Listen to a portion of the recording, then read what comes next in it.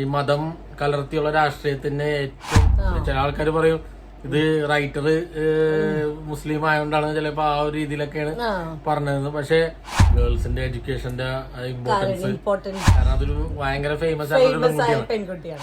ഒരാളെ വസ്ത്രധാരണം കൊണ്ട് അല്ലെങ്കിൽ ഒരാളെ ഭക്ഷണത്തിന്റെ രീതി കൊണ്ടൊക്കെ നമ്മ മതവും ഇതൊക്കെ പറഞ്ഞ് മാറ്റി നിർത്തുന്നതും ആ ഒരു രീതിയിൽ ടോട്ടലി ആൾക്കാർ തല്ലി പിടിപ്പിക്കാൻ വേണ്ടിയുള്ള സംഭവം എന്നാണ് എന്റെ അഭിപ്രായം.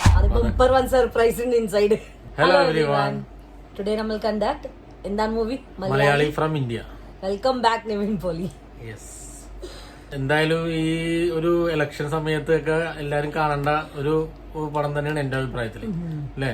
കാരണം ഇപ്പൊ നടന്നുകൊണ്ടിരിക്കുന്ന പൊളിറ്റിക്കൽ പിന്നെ വർഗീയത മതപരമായിട്ടൊക്കെ വെച്ച് നോക്കുമ്പോ ടൈമില് വരേണ്ട കറക്റ്റ് മൂവിയാണ്. ഇല്ല, ഞാൻ എത്ര വരെ മലയാളി മൂവി നോക്കുന്നുണ്ട്, ഇതിനകത്ത് എത്രയോ ഞാൻ ഹിന്ദു മുസ്ലിമിനെ ഇങ്ങനെ ഡിഫറൻഷിയേറ്റ് ആയിക്കേ മൂവി ഞാൻ കണ്ടിട്ടില്ല. അത് തന്നെ, നമ്മുടെ മലയാളികള് അങ്ങനെ വേർതിരിച്ച് ഹിന്ദു മുസ്ലിം ക്രിസ്ത്യൻ എന്നുള്ളൊരു വേർതിരിപ്പൊന്നുമില്ല. അത് തന്നെയാണ് നമ്മളുടെ ഒരു പവറും. ബാക്കി സ്റ്റേറ്റ് വെച്ച് കമ്പയർ ചെയ്യുമ്പോൾ നമ്മുടെ മലയാളിന്റെ ഒരു പവർ അത് തന്നെയാണ്. പിന്നെ ഇപ്പോ ഈ രാഷ്ട്രീയക്കാരും പൊളിറ്റിക്സ് ഒക്കെ കൂടി കയറി വന്നിട്ടാണ് ഈ ഭിന്നിപ്പ് ഉണ്ടാക്കിയേക്കണത്. പിന്നെ ഇത് മലയാളികൾ മാത്രമല്ല, എന്റെ തോന്നണത് പാകിസ്ഥാനികളും കാണണമെന്ന്. പാകിസ്ഥാനികളും കാണേണ്ട മൂവി തന്നെയാണ്. ഇല്ല, എല്ലാരെയും കണ്ടിട്ട് മൂവി ഉണ്ട് ഇതേ. അതിൽ ഒരുപാട് കാര്യങ്ങൾ പറഞ്ഞിട്ടുണ്ട്. മതം, രാഷ്ട്രീയം, പിന്നെ ഹാർഡ് വർക്ക്, പിന്നെ എഡ്യൂക്കേഷന്റെ ഇമ്പോർട്ടൻസ്, റെസ്പോൺസിബിലിറ്റിന്റെ കാര്യങ്ങൾ, അങ്ങനെ പല പല കാര്യങ്ങൾ പറഞ്ഞു പോയിട്ടുണ്ട്. ഈ പാകിസ്ഥാനി കാണണമെന്ന് പറയാൻ കാരണം പാകിസ്ഥാനിക്ക് മലയാളികളോടുള്ള ഒരു കാഴ്ചപ്പാടും മലയാളിക്ക് പാകിസ്ഥാനിലുള്ള കാഴ്ചപ്പാടൊക്കെ ക്ലിയർ ചെയ്ത് പറഞ്ഞു പോകുന്നുണ്ട്. ഞാൻ ഫസ്റ്റ് ഹാഫിൽ ധ്യാനായിട്ടുള്ള കോമ്പോ, സെക്കൻഡ് ഹാഫിൽ പാകിസ്ഥാനിയായിട്ട് അത് അടിപൊളിയായിട്ട് അതും ഫ്രണ്ട്ഷിപ്പും ഉള്ള ചിരി പാട്ട് എല്ലാം കുറച്ച് കുറച്ചേ ഉള്ളൂ. അതായത് കുറച്ച് കോമഡി, പിന്നെ കുറച്ച് ആക്ഷൻ, പിന്നെ കുറച്ച് പാട്ട്, പിന്നെ കുറച്ച് കോമഡി, പിന്നെ കുറച്ച് സീരിയസ്, കുറച്ച് ഇമോഷൻ, അങ്ങനെ അങ്ങനെ ഒരു വേവ് പോലെയാണ് പോയേക്കണത്. ECG പോണ പോലെ ഒരു വേവ് പോലെയാണ് പോയേക്കണത്. എല്ലാം കുറച്ച് എന്നാ എല്ലാത്തിന്റെ എക്സ്ട്രീമും അല്ല. മതം പറഞ്ഞിട്ടുണ്ട്, രാഷ്ട്രീയം പറഞ്ഞിട്ടുണ്ട്, എല്ലാം പറഞ്ഞിട്ടുണ്ട്. പക്ഷെ ഒന്നിന്റെ എക്സ്ട്രീം അല്ല. എല്ലാം ഇങ്ങനെ തൊട്ട് അറിയേണ്ട ഒരു രീതിയിൽ കാര്യങ്ങൾ ഇങ്ങനെ പറഞ്ഞു പോയേക്കണല്ല.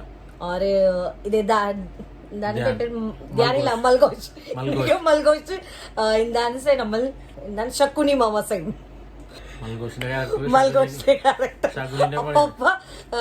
ഇതിന് ഗോപിനെ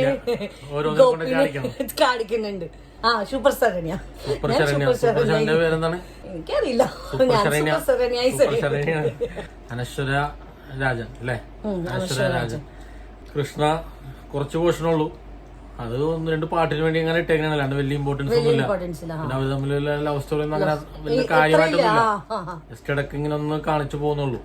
ഫസ്റ്റ് ഹാഫ് ഒരു രാഷ്ട്രീയം, കോമഡി, രാഷ്ട്രീയം ആ ഒരു ലെവലിലാണ് പോയേക്കണം. പക്ഷെ second half totally different. First ഹാഫായിട്ട് യാതൊരു കണക്ഷനും ഇല്ല, ടോട്ടലി ഡിഫറെന്റ്. ആദ്യം തുടങ്ങിയപ്പോ ഫസ്റ്റ് ഹാഫ് ഇന്റർവ്യൂ കാര്യം തുടങ്ങുമ്പോ നമ്മ വിചാരിക്കൊരു ആടുജീവിതം സ്റ്റാർട്ടായി. ഞാനിതിങ്ങനെ നിവിൻ പോളിയോ ആടുജീവിതം പോയി. ആടുജീവിതത്തിന്റെ ഒരു സെറ്റപ്പിലാണ് ഫസ്റ്റ് സ്റ്റാർട്ട് ചെയ്യണത്. പിന്നെ അത് പിന്നെ അങ്ങനെയൊന്നുമല്ല. പക്ഷെ അത് നമുക്ക് പറയാൻ വേണ്ടി അങ്ങനത്തെ ഒരു സിനാരിയോയിൽ അവനെ കൊണ്ട് ഇട്ടേക്കണ അങ്ങനെയൊക്കെ ഒരു സംഭവമാണ്. നിവിൻ പോളിന്റെ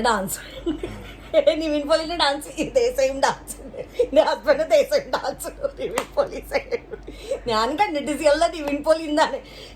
എന്റെ ഹസ്ബൻഡിന് ഡാൻസ് ടേക്ക് പോയി പാട്ട് വീട്ടില്. അമ്മയായിട്ട് അഭിനയിച്ച മഞ്ജു പിള്ളയായിട്ടും അടിപൊളി തകർത്തിട്ടുണ്ട്. അധികം സീനൊന്നുമില്ല, സീനുണ്ട്, കണക്ഷൻ നൈസ് ഉണ്ട്. വന്ന സീനും കാണിച്ച സീനെല്ലാം നന്നായിട്ട് അടിപൊളിയായിട്ട് ചെയ്തിട്ടുണ്ട്. നമുക്ക് റിലേറ്റബിൾ ആയിട്ടുള്ള ഒരേ ഡയലോഗ്സ് ആണ്. നമ്മളെ വീട്ടിൽ നിന്ന് ഇപ്പൊ നമ്മുടെ അമ്മമാരൊക്കെ പറയുന്ന പോലത്തെ ഡയലോഗ്സ് ആണ് മഞ്ജു പിള്ള പറയുന്നത്.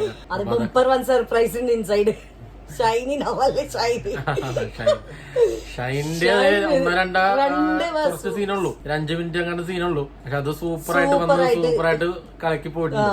അത് പറയുന്ന ഡയലോഗും ആ ഒരു സമയത്ത് അടിപൊളി അടിപൊളി പെർഫെക്റ്റ് ആണ്. അതേപോലെ തന്നെ സലീം കുമാറിന്റെ ഇടക്കിടക്ക് കാണിക്കുള്ളൂ. അതിനകത്ത് ഒരു പർട്ടിക്കുലർ പോയിന്റിൽ ഒരു ഡയലോഗ് ഉണ്ട്, അതും അതേ പൊളി എന്ന് പറയുന്നത് പെർഫെക്റ്റ് ഡയലോഗാണ്. ശരിക്കും കൊള്ളുന്ന ഡയലോഗാണ്. അതാ ഞാൻ പറഞ്ഞ ഇപ്പോഴത്തെ രാഷ്ട്രീയം, ഇപ്പോഴത്തെ ഈ മതം കലർത്തിയുള്ള രാഷ്ട്രീയത്തിന് ഏറ്റവും ബെസ്റ്റ് ആയിട്ടുള്ളൊരു മൂവി ഉണ്ട്. ഗേൾസിന്റെ എഡ്യൂക്കേഷന്റെ ഇമ്പോർട്ടൻസ്. അപ്പൊ അതാ ഞാൻ പറഞ്ഞ പാകിസ്ഥാനികൾ കാണണമെന്ന്. കാരണം പാകിസ്ഥാനികള് അവർക്ക് എന്ന് പറഞ്ഞു കഴിഞ്ഞാല് ഒരു പ്രായത്തേക്ക് തന്നെ പെട്ടെന്ന് കല്യാണം കഴിച്ചു വിടണം, അതേ ഉള്ളൂ. അല്ലാണ്ട് പഠിപ്പും കാര്യങ്ങളൊന്നുമില്ല. അപ്പൊ അതൊക്കെ അതിജീവിച്ചൊരു പെൺകുട്ടിയുടെ കഥയും ഇതിനകത്ത് റിയൽ ലൈഫ് സ്റ്റോറി അതൊന്നും ചെറുതായിട്ട് പറഞ്ഞു പോകുന്നുണ്ട്. അത് ആരാന്ന് നിങ്ങൾക്ക് ചിലപ്പോ കാണുമ്പോൾ മനസ്സിലാവും. കാരണം അതൊരു ഭയങ്കര ഫേമസ് ആയിട്ടുള്ള പെൺകുട്ടിയാണ്. ആ പെൺകുട്ടീനെ ഒരു ക്യാരക്ടർ പോലെ ചെറുതായിട്ട് ഒരു ഷെയ്ഡ് പറഞ്ഞു പോകുന്നുണ്ട്. ഡയറക്ഷൻ നമുക്കറിയാലോ, ജനഗണമന, ക്യൂൻ ഒക്കെ ചെയ്തതാണ്. ആ ഒരു ലെവല് പടമില്ല, ഇത് ടോട്ടലി വേറെ തന്നെ പടം. അതിനകത്തും മതവും രാഷ്ട്രീയമൊക്കെ ഉണ്ടെങ്കിലും ഇത് വേറൊരു രീതിയിൽ പറഞ്ഞു പോയേക്കണമെന്നുള്ളൂ. ഇതിപ്പോ കറണ്ട് അഫയേഴ്സിന് പറ്റിയ ഒരു രീതിയിലാണ്. ചില ആൾക്കാർ പറയും ഇത് റൈറ്റർ മുസ്ലിം ആയതുകൊണ്ടാണ് ചിലപ്പോ ആ ഒരു രീതിയിലൊക്കെയാണ് പറഞ്ഞത്. പക്ഷെ അതൊന്നും നോക്കണ്ട, അങ്ങനെയുള്ള പരിപാടികളൊന്നും അല്ല. ടോട്ടലി വേറൊരു ഓപ്പൺ മൈൻഡ് വെച്ച് കണ്ടു കഴിഞ്ഞാല് മനസ്സിലാവും എന്താണ് കഥ എന്ന്. പിന്നെ ആളുകൾക്ക് ഓരോരോ പെർസ്പെക്റ്റീവ് ആണല്ലോ, ഓരോർക്ക് ഓരോ രീതിയിലാണ് ധരിച്ചു വെച്ചേക്കണത്.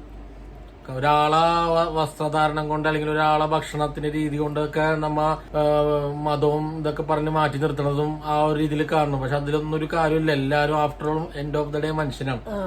ഓരോരോ മതത്തിൽ ഓരോരുത്തർ ജനിച്ച് വീഴണം. അതുകൊണ്ട് ആ ഒരു മതത്തിന്റെ പേര് പറയണം. അതിന്റെ പേരില് തമ്മിൽ തല്ലാനും അതിന്റെ പേരിൽ ആൾക്കാരെ മാറ്റി നിർത്താനും അതിന്റെ ഒന്നും ഒരു ആവശ്യമില്ല.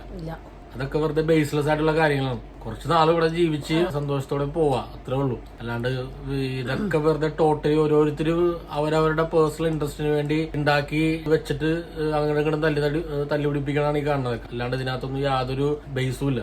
ഈ മതമായാലും ശരി, ഈ പറഞ്ഞ രാഷ്ട്രീയത്തിന്റെ പേരിലായാലും ശരി, അല്ലാതെ ടോട്ടലി യൂസ്ലെസ് ആണ് എന്നെ സംബന്ധിച്ച്. ഇല്ല, നമ്മൾ മൂവി കണ്ടിട്ട് പോണേണ്ട, മൂവി മാത്രം എന്റർടൈൻമെന്റ് മാത്രമേ കണ്ടിട്ട് ഇതിനെ അപ്പുറം നമ്മൾ ബോഡിയിൽ നെഗറ്റീവ്സ് നോട്ടേക്ക്. അതന്നെ ഈ ആൾക്കാർ ഫേസ്ബുക്കും വാട്സപ്പൊക്കെ കൂടുതൽ വന്നതിന് ശേഷം ഇത്രയും ഹെയ്റ്റ്നെസ്സും ഇത്രയും ഇതൊക്കെ ആൾക്കാർക്ക് വന്നത്. പണ്ട് മുതലേ ഉണ്ട് ഈ മതം ഇതൊക്കെ തൊട്ടുകൂടായ്മ അതൊക്കെ പണ്ട് മുതലേ ഉണ്ട്. അപ്പൊ അതിനകത്തൊന്നും കാര്യമില്ല, അതൊന്നും നോക്കണ്ട. ഇതൊരു പടം എന്നുള്ള രീതിയിൽ ആ ഒരു രീതിയിൽ എൻജോയ് ചെയ്ത് പോയാൽ മതി. ഒരു ഓപ്പൺ മൈൻഡിൽ പോയി ഇത് കണ്ടു കഴിഞ്ഞാല് ഫുള്ളായിട്ട് എൻജോയ് ചെയ്യാം. ഞാൻ പറഞ്ഞ എല്ലാം ഉണ്ട് ഇതിനകത്ത്. കോമഡി ഉണ്ട്, ആക്ഷൻ ഉണ്ട്, സെന്റിമെന്റ്സ് ഉണ്ട്, ഇമോഷൻ ഉണ്ട്.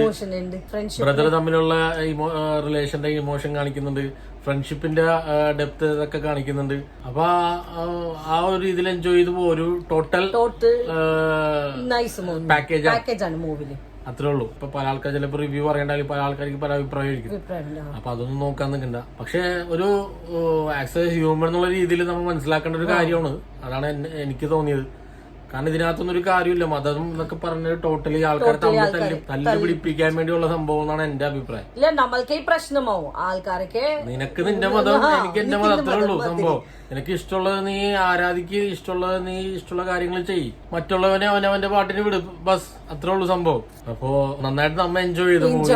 എന്തായാലും അടിപൊളി ഫസ്റ്റ് വാച്ച് മൂവിയാണ്. പാട്ടുകള് അത്ര പോരെങ്കിലും പാട്ടുകൾ ഓക്കെ, പാട്ട് കേൾക്കാനും ഓക്കെ. പക്ഷെ BGM പൊളി എന്ന് പറഞ്ഞ BGM കൃഷ്ണ സൂപ്പറിന്റെ വിനീതനുണ്ട്. വിനീതിന്റെ സൗണ്ട് എനിക്ക് ഇഷ്ടമുണ്ട്.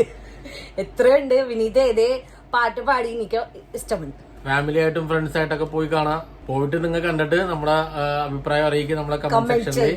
അപ്പൊ ചാനല് സബ്സ്ക്രൈബ് ചെയ്യ്, ലൈക്ക് ചെയ്യ്, ഷെയർ ചെയ്യ്. അടുത്ത റിവ്യൂ ആയിട്ട് വരാം. Till then bye.